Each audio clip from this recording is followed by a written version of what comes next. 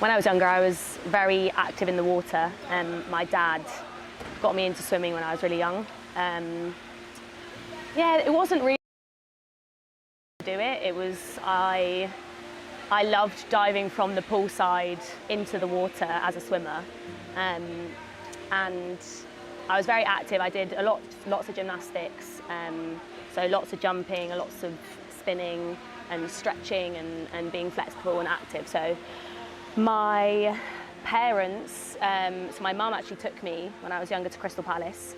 They came to my school as an induction day and thought that I was really flexible and strong. So we did the two-hour journey to Crystal Palace, which at the time was extremely lengthy and took a lot of my day.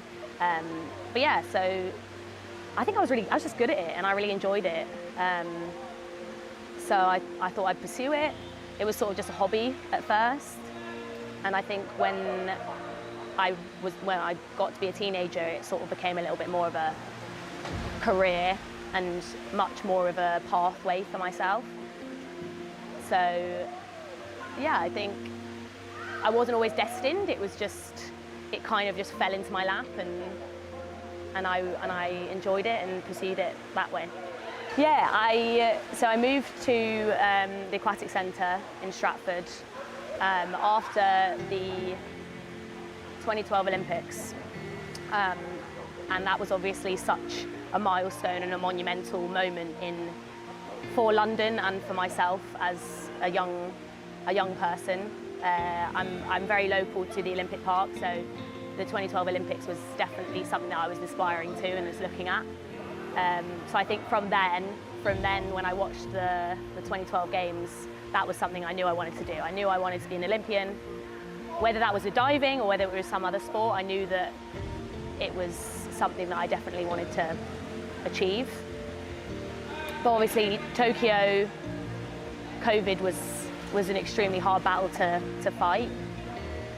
With my previous coach, David Jenkins, he saw a talent in me, and he was my advocate. He was someone who always put me first and knew that I had it in me and knew that I could go that far. So to be able to go to an Olympic Games with him was just so special, regardless of the result, regardless of the COVID Games, which were tough.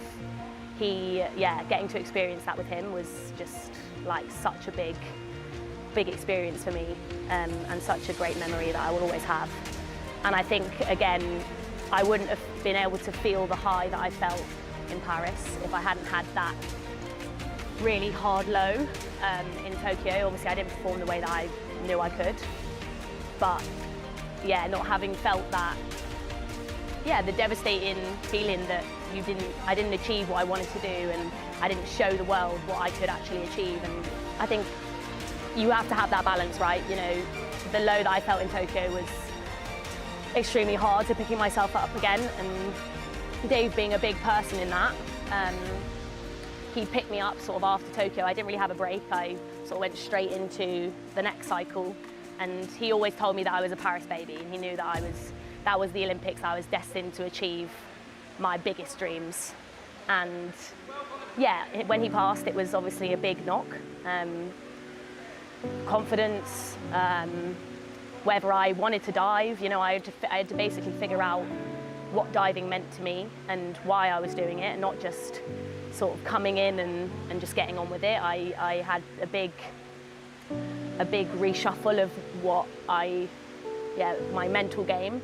I went to therapy for a really long time, and I think it was the best thing that I could have done for my career and for myself as a person. So when he passed, it was obviously it was very traumatic, and he was a big part of my diving and why I came to this centre and why I was in the sport. So I made a big decision to sort of take a break, and I came back, and it was not a straight road up. It was definitely really hard. My current coach now, Alex, he saw a lot of the struggles. He was battling it with me, but we clashed, and but that made our relationship much stronger. So now, we have a relationship that's that's very, very close-knit now. But yeah, and you know, going into my relationship with Jane, my first female coach, I'd never experienced that before, and she was great. She motivated me. She brought back the passion again, and that's something that I will be very, very grateful for her for doing.